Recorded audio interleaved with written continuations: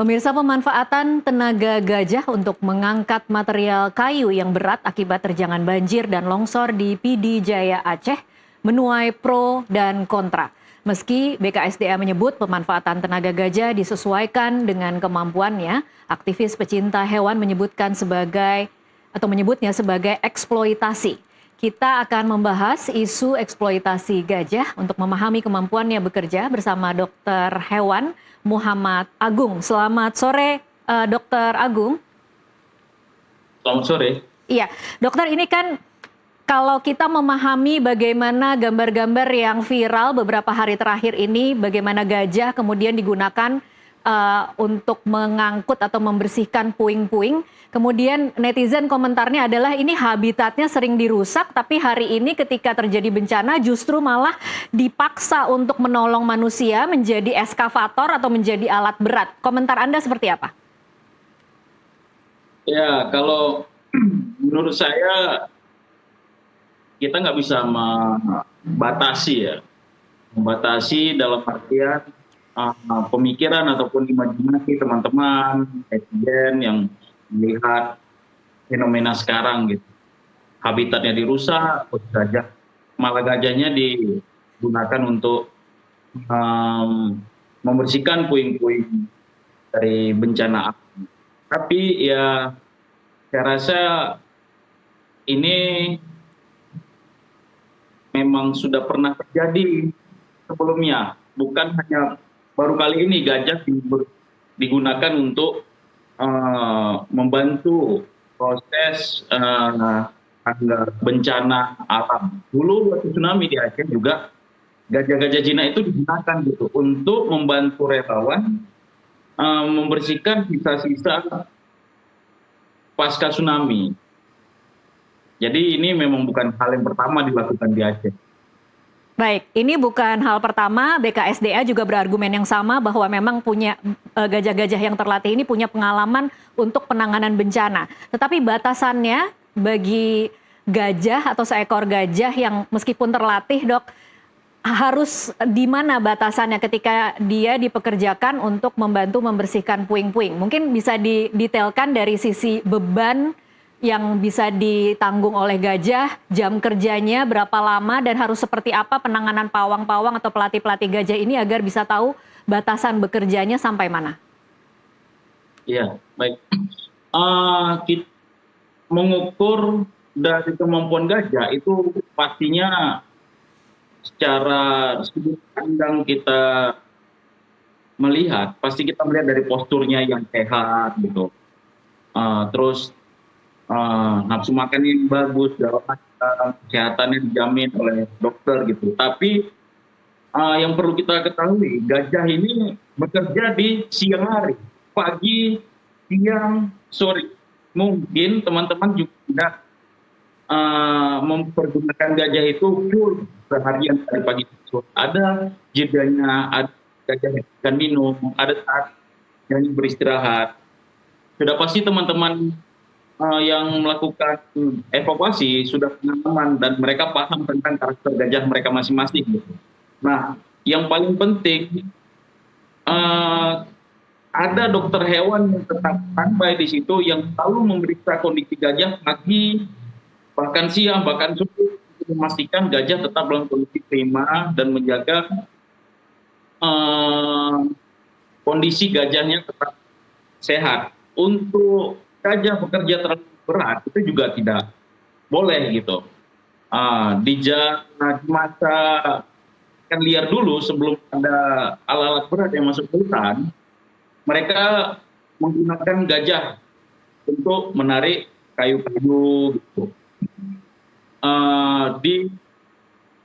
Seperti di Thailand dan di negara-negara Asia lainnya yang mereka memang bisa memiliki gajah itu secara pribadi tanpa terikat otoritas pemerintah. Kalau ini kan nggak semua gajah di bawah otoritas pemerintah dan terkontrol gitu. Jadi kalau kita lihat gajah ini kemampuannya cukup kuat untuk melakukan hal-hal seperti mengangkat kayu besar segala macam. Tapi sudah pasti ini memang bukan kerjaan gajah dan apa yang dilakukan gajah ini tidak akan efektif untuk membersihkan puing-puing kayu-kayu besar yang sedikit banyak bertumpuk di pedesaan perkampungan itu tidak akan efektif.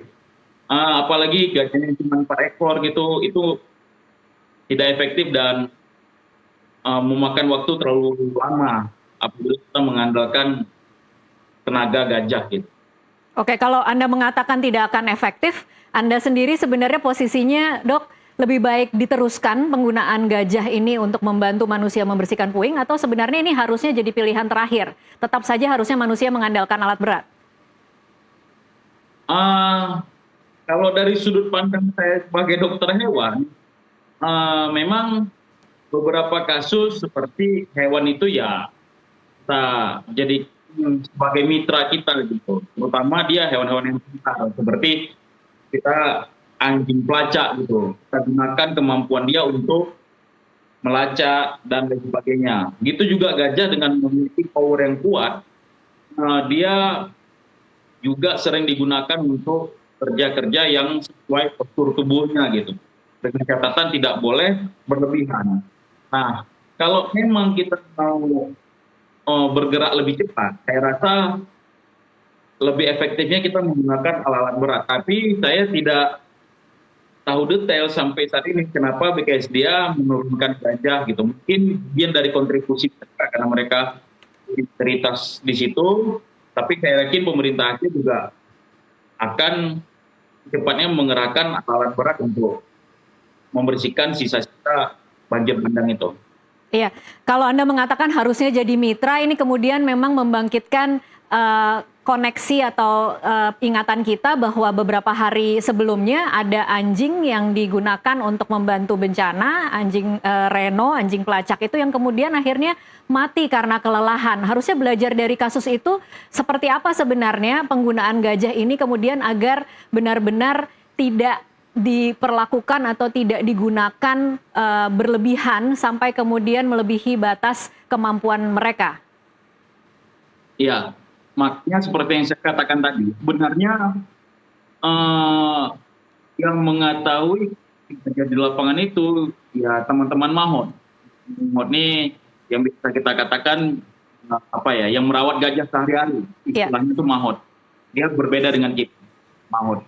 Jadi teman-teman Mahot yang paham kondisi gajah masing-masing karena mereka satu gajah satu Mahot gitu. Jadi dia paham kondisi gajahnya, mampu nggak untuk melakukan. Saya yakin, saya cukup kenal juga dengan teman-teman yang ada di Aceh, pawang gajah yang ada di Aceh. Mereka tidak akan memaksakan gajahnya untuk bekerja terlalu berat. Saya yakin itu sama mereka. Dokter, kalau mungkin bisa dijabarkan, kalau dari penampakan fisik, bagaimana caranya mengenali bahwa gajah itu sudah terlalu lelah dalam bekerja? Ya, ini unik gajah ini. Tapi kalau kita lihat dia secara perilaku alaminya, dia lebih cenderung aktivitas jalan, mencari makan itu di malam hari sebenarnya. Karena apa? Di malam hari itu suhu cuaca itu relatif sejuk. Jadi itu waktu yang sangat nyaman untuk dia beraktivitas. Sedangkan saat ini dia kan aktivitas pagi, siang gitu, bahkan sore. Terkadang sore juga mungkin nggak sampai sore sekali gitu. Kita bisa lihat nanti dia mulai gelisah, mulai itu yang tahu tuh mamanya di atas biasanya. Oh, gajahnya udah mulai nggak mau diinstruksikan. Karena memang gajah ini sebenarnya nggak tahan panas, jadi dia pasti memperlihatkan gerak-gerik kalau dia tuh tidak nyaman. Oh, dia butuh air, dia pasti sudah mulai gelisah gitu. Baik. Kalau sekasat mata kita melihat, kita dari sudut pandang mungkin kita yang tentang gajah, itu kita nggak bakal melihat bahwa gajah itu dalam kondisi tidak nyaman. Oke, baik. Dok, ini kan masalahnya gajah ini saat ini meskipun BKSDA menjamin bahwa prinsip-prinsip animal welfare diterapkan ketika menggunakan gajah, tetapi kan ini masalahnya kondisinya lagi berada di dalam kondisi bencana ya, Dok. Jadi manusia pun saat ini kesulitan untuk mencari makan dan air bersih.